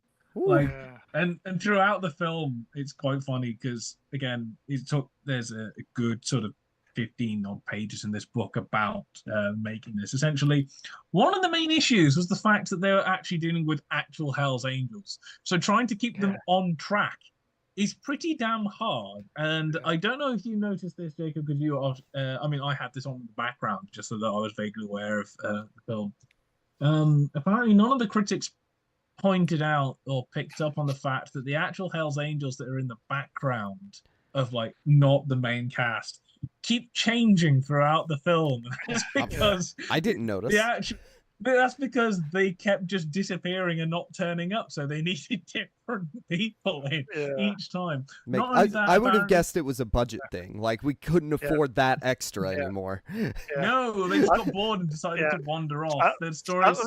I mean, talk about his hip versus square kind of credentials. I mean, the next year, you know, he does the trip, you know, and in order to more accurately portray, you know, what it's like to be on LSD, he decides to try it for himself and get his wife to document what happens, essentially, which she recounts and kind of fits of laughter, basically, because the very idea that Roger Corman thought he'd be able to take LSD, then coherently describe what was going on to him, so she could take notes, and he just instantly just blacks out. That's fantastic. But I feel like that reinforces my point where he wasn't using drugs until his mid to late 30s at best. Sam, you understand, as someone in your 30s, like, we may understand the kids' views and that they like the TikToks, okay? But it's different when you're a kid in this, like, cool counterculture versus being how do you do fellow kids about it, which I get a little bit of that impression. If you're growing up as part of the movement with the movement around you, it's very different to viewing it from afar and noticing these things are different. Are starting to be a bit different now. And not to say that Corman wasn't anti-establishment or any of that, because I think he clearly was. As, like, at least in the film system, right? He's operating outside of it. He's trying to make things different and outside of it. And, watching that bit of House of Usher and the bit of Little Shop that I've watched on YouTube, like, the difference between this movie and those movies visually is night and day, because he has embraced the sort of European visual principles and put them into use, like shooting shots in a car mirror, something that you would think of as very Spielberg, but in the 60s, like, that probably wasn't very standard for a variety of reasons. And I'm couching it in probably, because any 60s movie I've seen doesn't do it, but who knows? There's probably one or two weirdo filmmakers that were doing that frequently. I don't know, but I mean, of course, the principles of those filmmakers, they were watching Wells and then Kurosawa, putting their stuff in there. A lot of cultural exchange going on. But Roger Corman really brought it to this, I would say, rather large $360,000 budget for him, based on what we've been hearing. Most of that, as far as I can work out, was trying to actually get the thing shot. Again, from this book, the first day we shot out in the desert at Mecca, the setup was taking way too long and I was really mad. Suddenly, a group of World War II armored Nazi half-track tanks rolled down the street and started attacking the swastika bearing angels in the center of town. They were spraying blanks all over the place. I had no idea what was going on, and neither did the angels, but I yelled to my AD, photograph it, I'll use it somehow for something. Eventually, we had our own armed forces on the sets, California state cops and the county sheriff's deputies. They ran a check on just about every Angels that was with us, and one of them said to the production manager, nearly all of them are wanted. We should really arrest every one of them. And Jack goes, these guys haven't had a legitimate job in God knows how long. They're working. We're paying them. Why break it up now? Let them earn some money. Isn't that better for all concerned? The police said okay, but they stayed just over the hill the whole time and kept an eye on us. I just love the fact you're just trying to shoot a movie and, like, World War II tanks roll down the street and start firing at your Hell's Angel, like, swastika-clad things. Like, this was not, like, your typical ordinary shoot. This was full-on guerrilla style. Like, apparently the Harley Davidsons wouldn't, like, fire up most of the time, and apparently somebody reckoned they were called Harleys because they hardly ever fire up. Right near the end, and kind of the last day, it's with this funeral scene at the end, and everything's just dissolving into madness, and Corman is so beat down that apparently the DP is like, oh, the lighting isn't right, and Corman's just go, just roll the film, it's finished, just roll the damn thing. And, like, it's just... Honestly, I'm surprised there was lighting used and it wasn't just all natural light. I think it was natural, and the DP was like, can we wait until just the lighting's a little bit better? Like, even in there's a church scene in there where it dissolves, like a funeral that dissolves into spoilers, mad, violent war. Now we know someone dies. In this kind of film, if nobody dies, we've got an issue. But yeah, essentially, they were filming it in an actual church that they were trying very hard to make sure the church didn't find out exactly what was going on there. And they brought some of their own benches to break. But in the stuff that was happening with essentially a load of Hell's Angels that are vaguely acting, but also high and on booze and just doing whatever, some of their benches broke. Some of the walls got, like, punched in. Some of the actual church pews got broken. And there's Roger Corman just with the camera running around getting random shots. He's like, we'll just cut it really quick later. And it's like, yeah, we had to pay for quite a lot of damage, but we got it back eventually in the residuals. So. That's how the fight scenes go. Is let's just shoot it and then we'll cut it together really fast. Yeah. I mean, we'll cut it together in post. I mean, this 306,000 very chaotic shoot did paying dividends. I mean, 15.5 million box office ain't bad. That's crazy.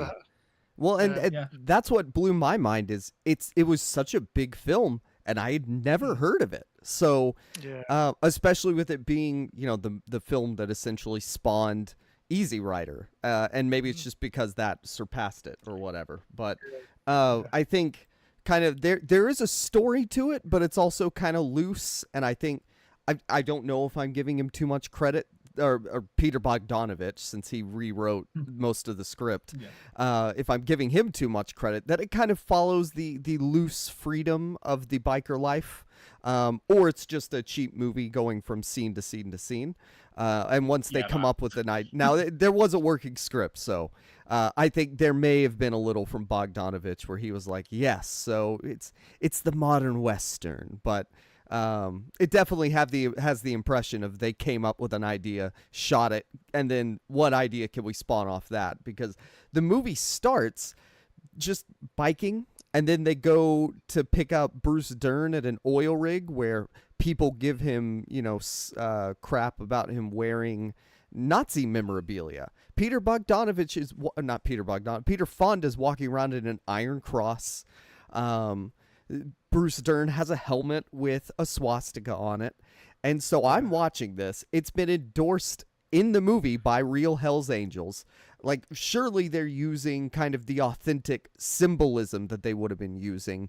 It is counterculture to be wearing Nazi symbolism. And it's strange to me that there isn't more discussion about that online. Like, obviously there would have been, because Nazism was still is in living memory, but I think it does kind of go with like the kind of counterculture movements. I mean, the similar thing happened, the UK, the punks in the UK in the 70s, it's edgy, to have a swastika tattoo on your face. You're not necessarily, you're there, you're out to shock, you're out there to make a statement. You're not necessarily tied to what that. It's anti-establishment, and that's the point. It is not the norm. That's where I kind of landed, is it was for shock value, because this is essentially an exploitation film. I don't know if it was termed that, but I'm sure this was, we're going to get all the kids in to see the cool bikers. And to be honest, from what I can work out from this thing, the Hells Angels were actually wearing them. Just putting it in. And actually, in terms of the plot, some of the main kind of basics of where they kind of, somebody ends up in a hospital and they get them out. Well, I'll get there. I'm getting there. Apparently that was actually one of the stories that Corman heard whilst he was drinking and smoking with the Hells Angels. Oh, they're writing this for me. Yeah, essentially that's why he essentially got them drunk and high, and got drunk and high with them, is to get ideas that he could use. So bits like that he actually did take, and essentially having essentially the girls essentially prostituting themselves out to fund the guys kind of biking and stuff like that. That was something that they also got told there. So although it's kind of a loose plot, he is making it up from bits and pieces that he has heard that have genuinely got on the Hells Angels. So in the kind of near-realism bit, there is a bit of that, but I think there also is a lot of, considering, again, they got fired at by rival gangs during a shoot, and it's about 2 days in. I think most of the because obviously they were trying to keep bikes, contained so that they could transport them from one location to another, even though you got the Hells Angels.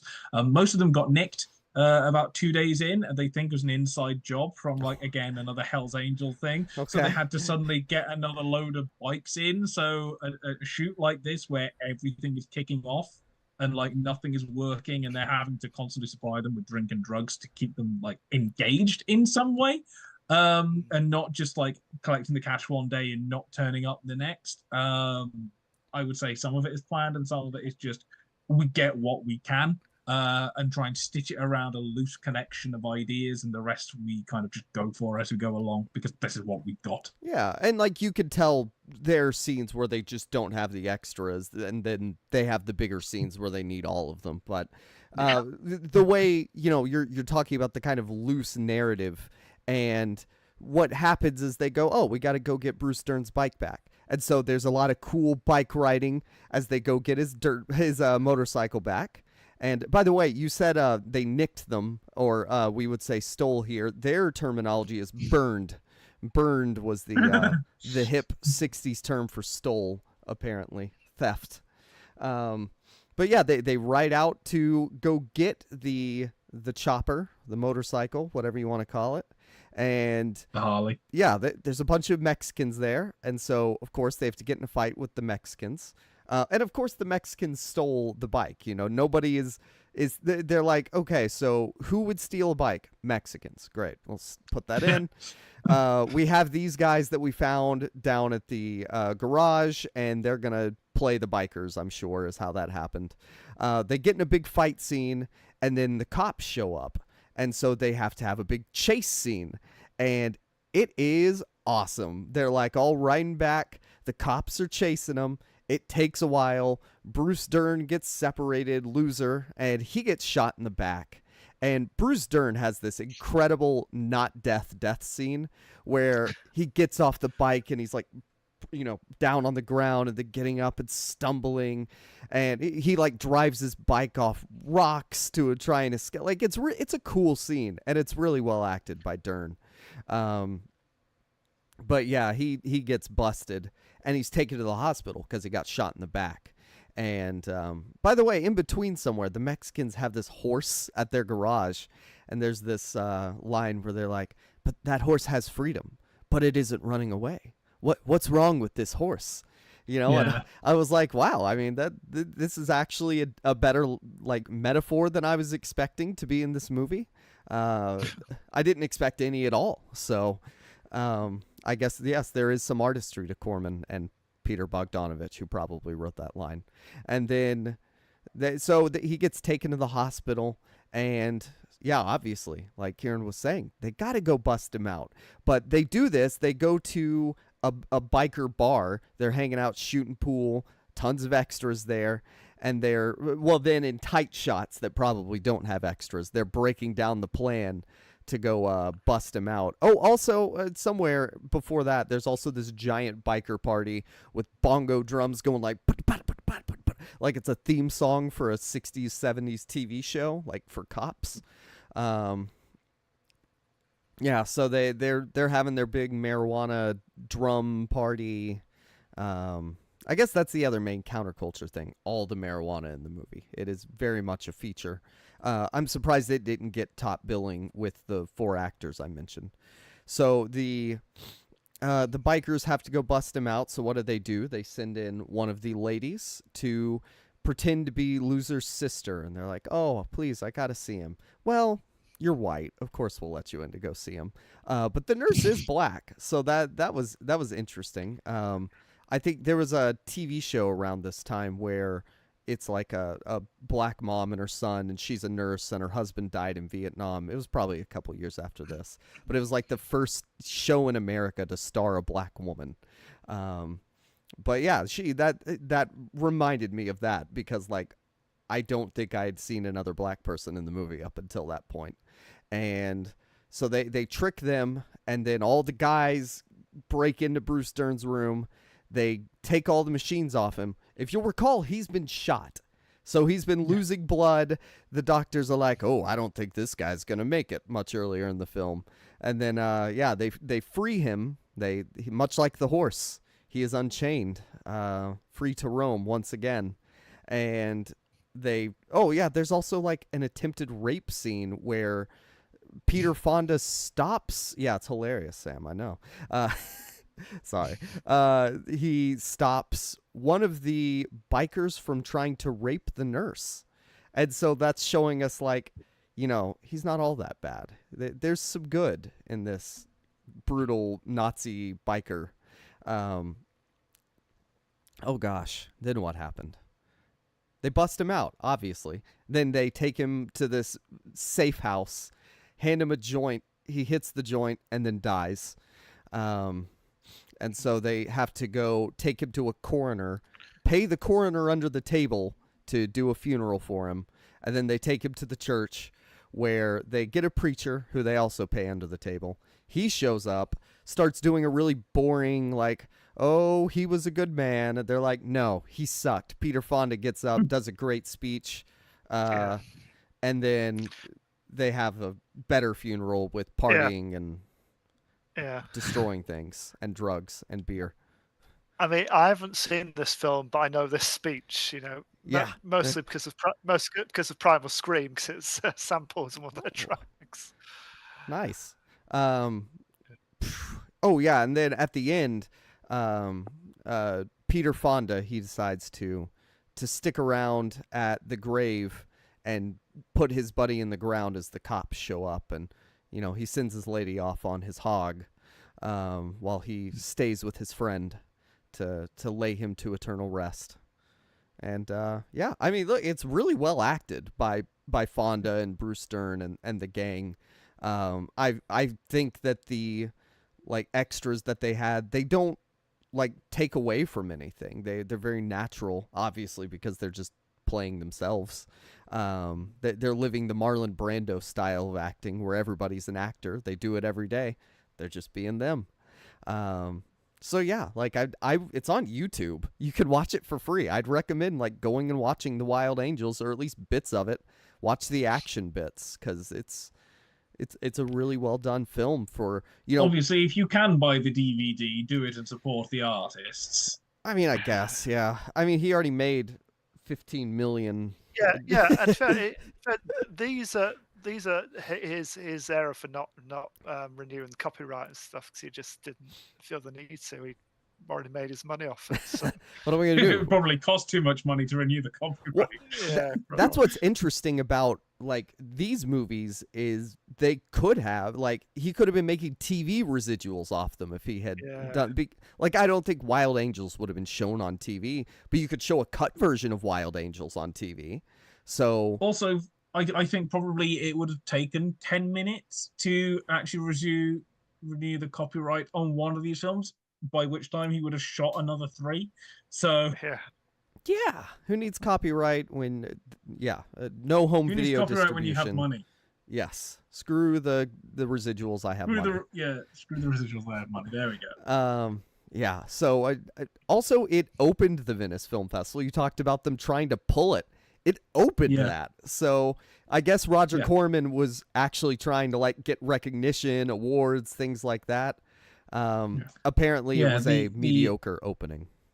Yeah, apparently the American, essentially, I'm not sure if it was the government, or at least kind of the American side of the film, State Department it was the State Department. So it was the American government tried to get it not shown at Venice, because it essentially was so violent, and kind of there's depravity and debauchery involved. They're just this is a bad look for America. Please do not show this at Venice. We're going to try and get it pulled. Well, and at a later time too, the Hells Angels came out and said, "This is not who we are." Soon after, longer after. They held him at knife point. Oh gosh. Yeah, your residuals can't save you now, Bucko. Let me see if I can find. I'm surprised he didn't make a movie based on a knife being held to his throat by Hell's Angels. That maybe he did.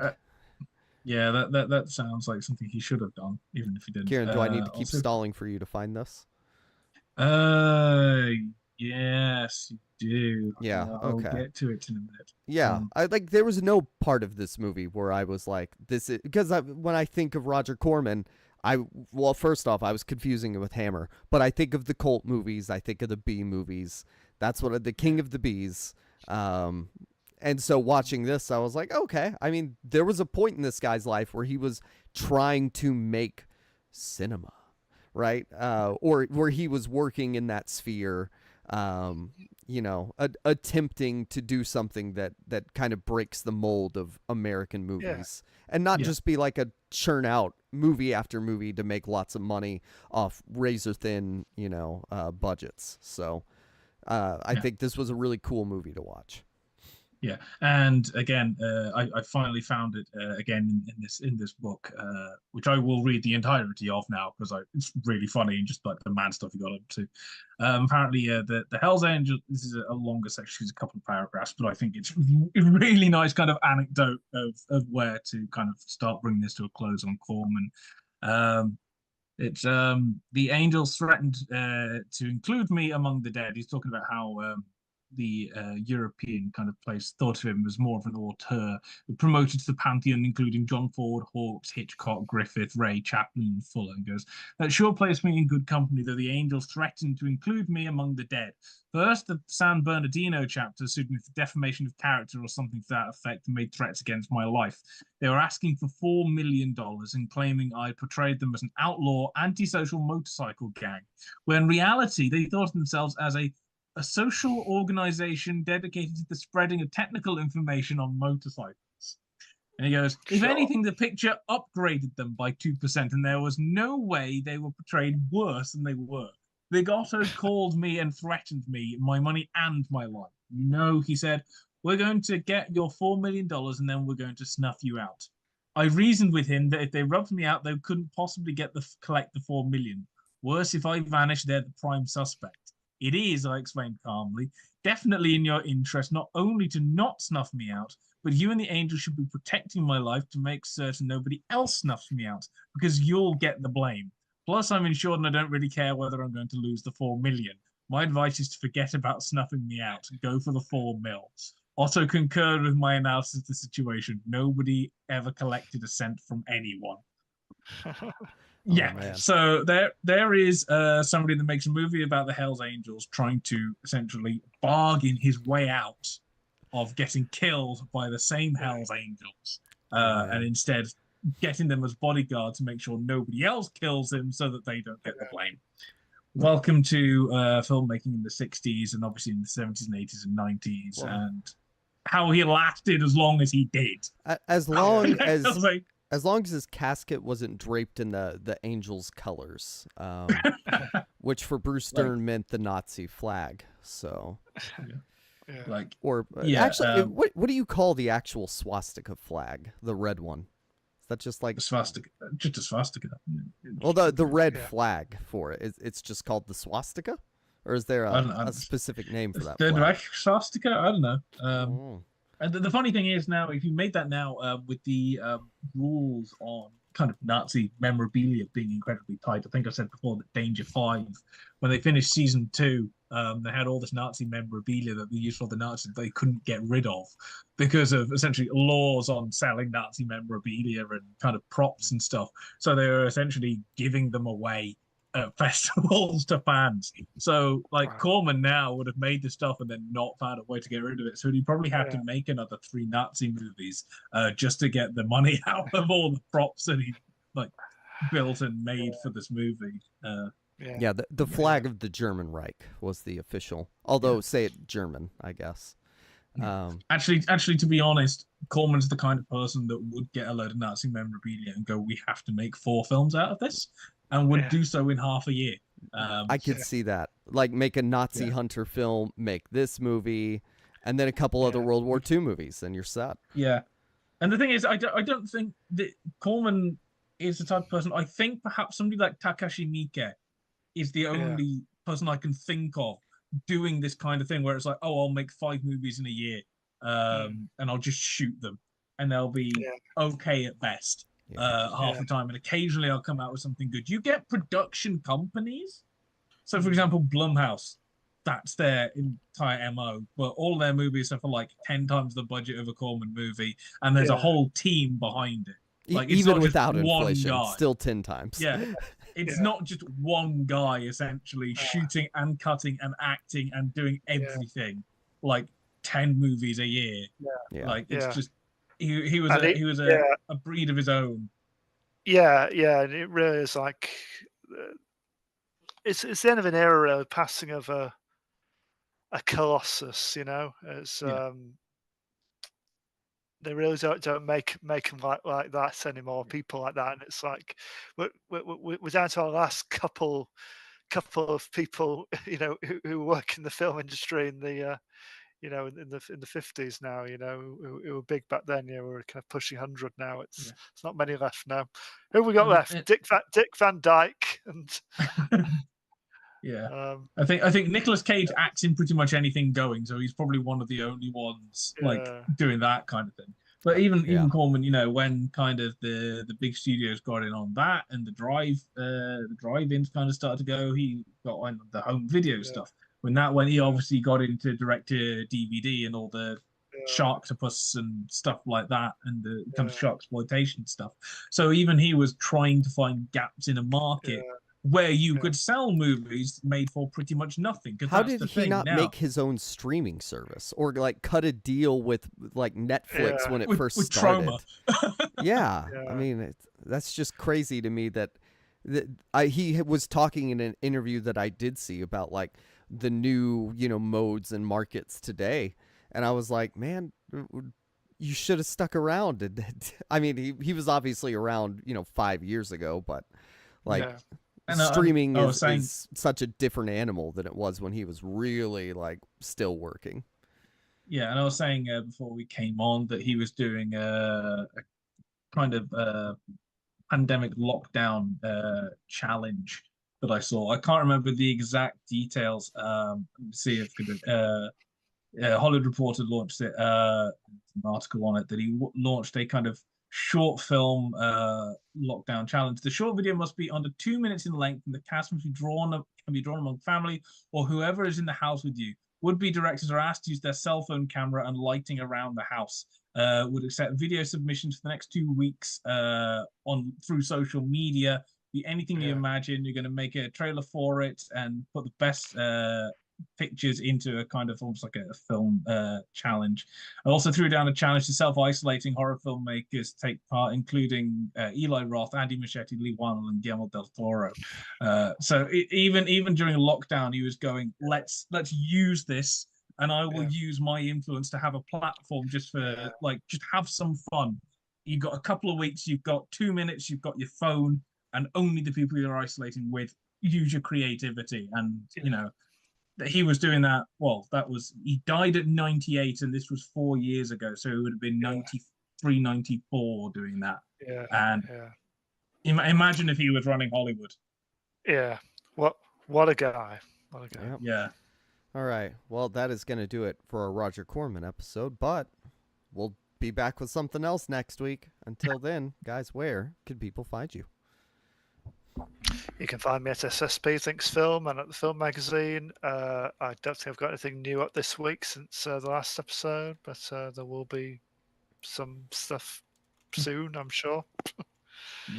Hopefully you don't find me anywhere, but if you want to, I'm KJudgmental in the various places across the webs. I do have stuff up because I went on a slight binge, so I've got an article on Where to Start with Vincent Price, which does include House of Usher. I've got a review of Tarot, which is a horror film that came out a few weeks ago. I've got a retrospective Dial M for Murder. Dial M for Murder retrospective. I will also have a review coming out at some point in the next few days on The Strangers Chapter 1, which I saw last week as well. And there'll be one or two more coming as well. Nice. Good job writing, Kieran. You can find me at Jacob Film Guy. And because I don't write things, I will promote... Mark did our review of Furiosa, and you can go watch him on an episode of this show about Roger Ebert. I almost said Corman. Different Roger. Ebert and what's his name? And Gene Siskel. Thank you, Siskel and Ebert. And you can also go read Mad Max Movies Ranked with Katie Doyle, and she has an unreleased audio episode with us that we need to release. And by we will release in like 3 years time. Yeah, and we'll have her back on here in you know, video form at some point, I'm sure. The thing is, once it's not unreleased, it's stock audio footage that we're going to cut in at some point into another episode. We're going to tell her to film herself, and then we need to get them animated. I think now that we do video, people are probably more likely to be like, no, I don't want to get ready and look good at 9 p.m. my time. So you say we should animate it like the Lost Doctor Who episodes? Yes. Yes. Beautiful. Definitely. Yeah, so go read all of our stuff. We have so many articles that are new, old ones that are really good. So go check that out. Joe does a lot of good work. We are back to normal, the old normal, whatever you want to call it, in June. Because we are independent, kind of essentially run and supported by one guy and a small group of people, much like AIP. We are the Corman of the film. Joe does so much work. We like to give him breaks every once in a while, or allow him to give himself breaks and not yell at him. That's more the thing. Or complain or say, "Where's my article?" Support us. Give us money at PayPal or buy our stuff down in the description below. Because we do, this podcast takes a little bit of work. I had to spend time going through the index of this book. You know what I mean? Like, whew, a lot of effort we put into this show. But Joe does put in a lot of effort. So give him money, and he will fairly distribute it amongst the writers. And do I have anything else to plug, or is that all we say? I think that's about it. Cool. All right. Well, thank you for listening, and goodbye. Adios. Goodbye.